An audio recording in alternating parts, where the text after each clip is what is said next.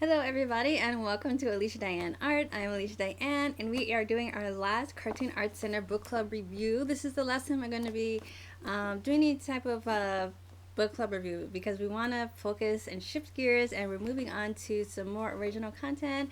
It's been fun. It's been awesome to read some amazing books, and I think it's about a year now that we've been doing our book club. So thank you to everyone who has watched, and thank you to everyone who will watch sometime down the line. And this is our last reading for Steal Like an Artist. This is a very short and sweet little book. Very, very different than the last one we read, which was Selling for Dummies, and that was kind of a longer read. I know that you guys had to go through it with me as I was like judging like through months and months of reading it. It just took a long time to read, even though it was really super helpful. This book was short, but it was also super helpful. And we are doing the last 2 points. Let me take a sip really quick. My chocolate milk so I don't choke. And we're doing 9 and 10, and number 9 is be boring. Not in your art, in your personal life. And I thought this was an interesting tip. It starts with a quote by Gustav Flaubert, and it says, "Be regular and orderly in your life so that you may be violent and original in your work." I highlighted some things. It says, the thing is, it takes a lot of energy to be creative. You don't have the energy, you don't have that energy if you waste it on other stuff. Okay, it says so. It's better. I say it's better to burn slow than and see your grandkids. So you want to basically like slow down. He talks about like that rock and roll lifestyle of like sex, drugs, or rock and roll. That's really played out. You don't want to live that way unless you want to die in your 20s. So slow down, have a healthy lifestyle, and I think that is kind of like the point of that. And I think it makes sense. I mean, my regular life, I'm home most of the time working on my one of my 3 desks or in bed just drawing on my iPad. So I think it makes a lot of sense. And it says stay out of debt. It says learn about money as soon as you can. This is very important. I'm still paying off debts in my own life, even from college. I'm still paying off debts, but I think learning about money is one of the most helpful things that you can do. It says learn about money as soon as you can. Make yourself a budget. Live within your means. Pack your lunch. Pinch pennies. Save as much as you can. Get the education you need for as cheap as you can get it. And that one really stood out to me specifically because I have spent a lot of money going to school, going to college, and I learned a lot, but there's so much more that I want to learn. And I'm just like, what I do? Do I just keep going back to college to learn everything that I want to learn? Do I get like more degrees? And I'm learning. There's so many resources online, and through books. There's so much that I'm learning now, even through documentaries. It's like you have a whole encyclopedia. I have the PBS PBS documentaries installed as an add-on to my Amazon Prime. And yeah, you're paying a little bit more, but you're only paying a couple dollars a month. But if you watch the documentaries, you get so much history and so much information. For me, I'm learning so much about African history, African American history. I just watched a documentary this past week on the Black Panther movement, and I've watched Civilizations in Africa. And you can watch. There's so much information and content on those, and you can get it's really it's giving you book information. It's giving you college worthy information, and you can get it for a couple of dollars. In artwork, I'm taking classes too constantly online, and you can find classes for a couple of dollars, and you can learn a new skill. You can increase the skill you already have. It's really helpful to find where you can get classes you need, because it used to be like you have to go to continuing education at a college and pay a couple $100s to get the information. But and that was what I used to do back in the day. But now I'm seeing more and more there's like good quality content for very inexpensive, and some of them are more expensive, like certain things, like if you might be an investment, but it's still, when you think about the value that it's giving you, it could be really worthwhile. And it says saying no to $4 latte is like cheap now. I don't know when this book was written. I know I read it like 10 years ago, so I know it's not a new book, but $4 is pretty cheap now for a latte. I'd be paying like $7. So that's why I started making my own hot chocolate at home, because I'm like, you know what? I'm just gonna make my own little hot chocolate latte, and it's very cheap. I just use like the Nestle Nesquik mix, because it's one of the only like vegan chocolate mixes you can get. It says keep your day job. Ugh, I don't like that idea. It says, what does it say? I'll read the first paragraph. It says, the truth is that even if you're lucky enough to make a living off doing what you truly love, it will probably take you a while to get to a point. To get to that point, until then, you'll need a day job. And I don't like the phrasing day job, because it might not be a day job. I think what he means, what the heart of what he's trying to say is have another source of income. And I think that's really important, and earn yourself another from some other source. Like for me, like a 9 to 5 does not work at all. I have zero creative energy. It burns me out. I've actually gone into like depressive states doing that type of work, and for me it just does not work at all. But I have had lots of like small gigs and jobs, like tons, throughout my career, and the ones that work best for me are the ones that are flexible. So having other sources of income, I mean, the ideal thing is that you can have freelance work, and do that while you're working on your own projects at the same time, or alternate between the two. I think that's ideal. But if you can't get freelance work, which sometimes it's hard to get that, and to get to that place where you can get hired for that, find a part-time job. I think part-time work is, especially if you're someone like me, who I already had my baby when I was going into art school. So when I got out, I had a toddler, and I had to like worry about figuring my mom life out, my art life out, and generating income. And if you're in that sort of situation, you can maybe find a part-time job, hopefully one that stimulates your creativity. One of the best jobs I had was working at Painting with a Twist. It was fun, it was part-time, and I got to like help other people learn how to draw while they were drinking their wine. And it was a fun job, but I got to still be creative and do my art, and have plenty of time to do my own projects on the side. So something like that, just some, I mean, even like if you work with a rideshare company, or one of these like food service like things, I think any of those things is great, if as long as it's flexible enough that you can earn some money while you're still doing, having enough time, and having enough energy and like spirit to do your own work, because that's the biggest thing. You don't want a job that is like draining. You just want one that's gonna help you learn new skills.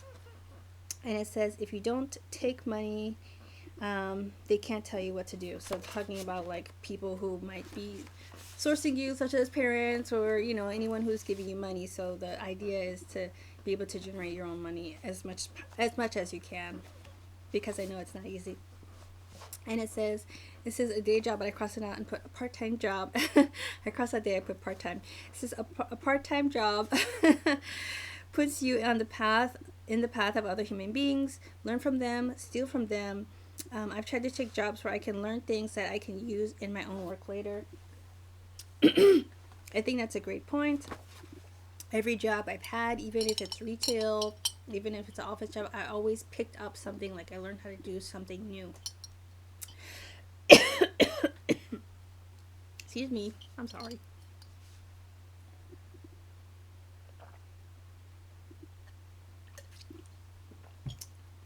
I don't know why I'm choking. All right, it says establishing and keeping a routine can be even more important than having a lot of time. This part is true too. You need to have a regular schedule. It's important to like have your days planned out. And if you're not an organized person, some of the early jobs that you have, are gonna teach you. I'm sorry.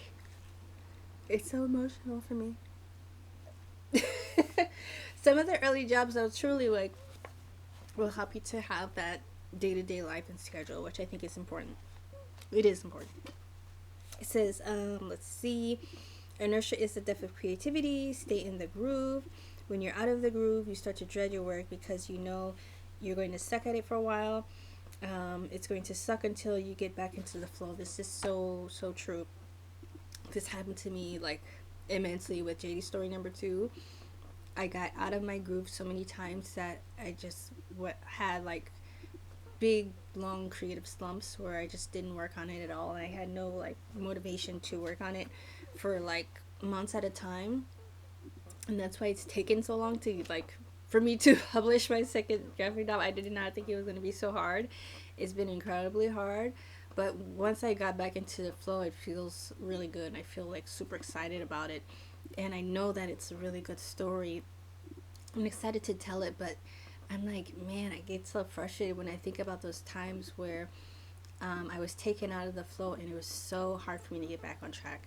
It's almost like anything in life. When you have a flow, when you have a rhythm, it just flows naturally. But when you get out of that, you don't even know how to get back in. It's almost like a traffic jam, and you're trying to make edge your way back in, and you just can't. You get stuck. So try as much as you can to keep your flow going. And one of the ways he recommends is to by keeping a calendar and doing some part of your creative work every single day. Like no vacations, no breaks. Like every day, do something that's part of that's gonna keep the flow going. And to me, this is something that I want to apply in my life. And we are at that point now where it says get a calendar, and it talks about having a full calendar. I have my calendar there, so it does talk about having a full year calendar, and I think I want to do that for at some point. But right now I think I'm going to keep it to the monthly calendar because I don't want to spend trying to do the other part and just spend less money on things where I'm like, all right, I have a calendar already, so I can like keep track of things on that. And it says one successful client pitches a small victory, but a few dozen can help you get a promotion. A calendar helps you plan work. Gives you concrete goals and keeps you on track. So I think that's totally true. We talked about even like Jerry Seinfeld that has a method of writing a joke every single day, and he'll put an X on the calendar. So that's one way to keep yourself on track, is you just keep putting an X wherever they have. When you do that thing that you're supposed to do, you work on your project, you put an X, and you just try and make as many X's in a row as you can on your calendar, and hopefully you just try your best not to make it any breaks in that chain, so to speak, and you just keep it going as long as you can. It says get a calendar, fill the boxes, don't break the chain. Keep a logbook. I have a logbook as well. I got mine. You can get it at Target. I got mine at Target. It's just like a book calendar that has like every day. So it says one of the things that you can do is just like write the things that you did every day. And I've been keeping tracks of certain things, like certain things that I'm monitoring, like the days I do yoga or I practice dance and I do my figure drawing.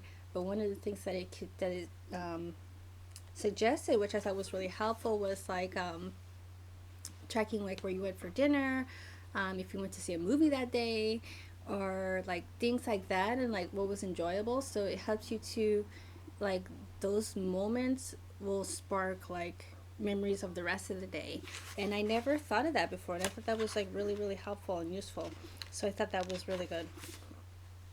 It says, what's the best thing that happened today? That was another highlight that he put, and I thought that was also like really cute. I like that. Like, what was the best thing that happened today? And it's something that you can ask yourself, and it's something that you can even use as a sketch prompt. I had a similar type of sketch prompt when I was taking an art class, and it helped me to get in the habit of having a sketchbook and like doing a doodle every day. But the asking yourself the best thing that happened today as opposed to just what happened today, it puts it in the positive, so you can think about your wins, your good things, your successes, and it helps you to let me read the rest of what it says. If you ask yourself what happened today, it actually forces a certain kind of cheerful retrospective that pulls up the recent past things that you to write about that you wouldn't otherwise think about. If you ask yourself what happened today, it's very likely you're going to remember the worst thing because you've had to deal with it. You've had to rush somewhere, or somebody had said something mean to you. That's what you're going to remember. But if you ask yourself what is the best thing, it's going to be some particular slant of light, or some wonderful expression somebody had, or some particular delicious salad. And this is a quote by Nicholas Baker, and I thought that was really really cool. And he put some pictures of his own logbook, and it has like a little he drew like little emojis almost for each of the things that he did. The next part is Mary Wells. I don't know why I can't breathe today.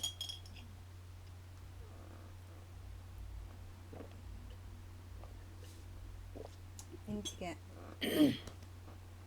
clear my throat. Hold on 1 second. Okay. Okay, so the next part is marry well. And this is a little short section, but it's very, very important. It says, who you marry is the most important decision you'll ever make. This is very true. Make sure you marry somebody who's supportive. I'm really grateful to have a supportive husband. Marry well doesn't just mean a partner in life. It's also who you do business with, who you befriend. That one is important because you can have some frenemies that hate on you and don't support you. I've had that as well. It also means like who you choose to be around. So you want to surround yourself with people who lift you up, people who are good, positive vibes, good energy. You want to surround yourself with people who are going to fill you up and who you can fill up as well. So you guys are both on the same wavelength. So I think that's really important. Like, choose who you surround yourself with. It makes the biggest difference in your life, and I think that him including that is super important. And the final point: creativity is subtraction. Choose what to leave out, and it says the way to get over creative block is to simply place some restraints on yourself or constraints on yourself. It seems contradictory, but when it comes to creative work, limitations mean freedom, and that makes so much sense. Like, don't make the bucket so broad and wide that you just like you can't decide and then you just do nothing. That's like, you don't want to do that. It says don't make excuses for not working. Make things with the time, space, and materials that you have right now. Don't make excuses like it's so lame. Don't do it. It gave an example of Dr. Seuss. He wrote The Cat in the Hat with 236 words. I didn't know that. And then his editor like dared him to write another book in under 50 words, and that ended up being Green Eggs and Ham. And I just love that little story that he included, and it's one of my favorite books of all time, and it's probably one of your favorite books. It's one of the best-selling children's books of all time. I just love it. I love the little cartoon. I love the book. It's just a good little story, and he did it in 50 words, just using 50 different words over. And one of the also things that he says is a quote says, telling yourself that you have all the time in the world, all the money in the world, all the colors in the palette, anything you want just kills creativity. And that's a quote by Jack White. It's often what an artist chooses to leave out that makes the art interesting. So pick your niche. So that doesn't mean that's like thinking about all the things not to include. Think about what you want to include. Think about what you want to be in there. I started to think about that now too, with like what I want to tell and the stories that I want to include. And just like, I want to tell African stories. I want to tell Black stories. I want to keep my niche in that realm most of the time. And I think that gives me a lot of freedom to, instead of not knowing what to do, like I have this niche that I want to focus on, and that cancels out everything else and helps you to have a focus. Doesn't mean you can't work on other things or like freelance for other things, but it means when you're doing your own personal work, you have a focus, and I think that clears up a lot of things. And finally, it says, in the end, creativity isn't just the things we choose to put in, it's the things we choose to leave out. Choose wisely and have fun. I love that. It has this little picture of this like road, and I think it's like symbolic of the road that we're all going on. It's like this stone road. It makes me feel like taking a hike. I love it. I think it's so cute. So that's the end of the story. It has a couple of like next steps in there.